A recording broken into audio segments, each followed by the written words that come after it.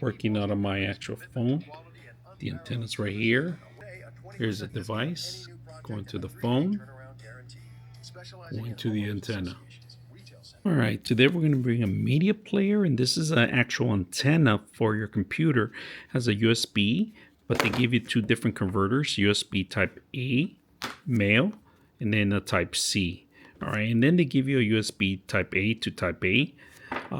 This one actually has a memory card reader, a micro SD card here, so you could transfer different frequencies, or you want to save certain things, or if you want to watch movies, you can save them here, your applications, so forth. Now, this needs to be connected, and power is going to come out of the actual device. We're going to use our phone to transmit and watch TV from our phone. Now, antenna's not included, which you need a no antenna. I was able to get this little tiny antenna here, and we're going to get it to work with this device. So let's go see how it works. And the convenient part is that you could take this pretty much anywhere. You could have it in your car, and it does work in over the any kind of system that you have. Droid, it works really well in Droid, better than Apple. So just to give you a little advice on that, right? So if you have a Droid application on your car, you could download that and just connect the system into the antenna, and you're ready to go. Let's test it out and see how it works. All right, you're going to need the HD player to be installed in order to make it work on your device, all right?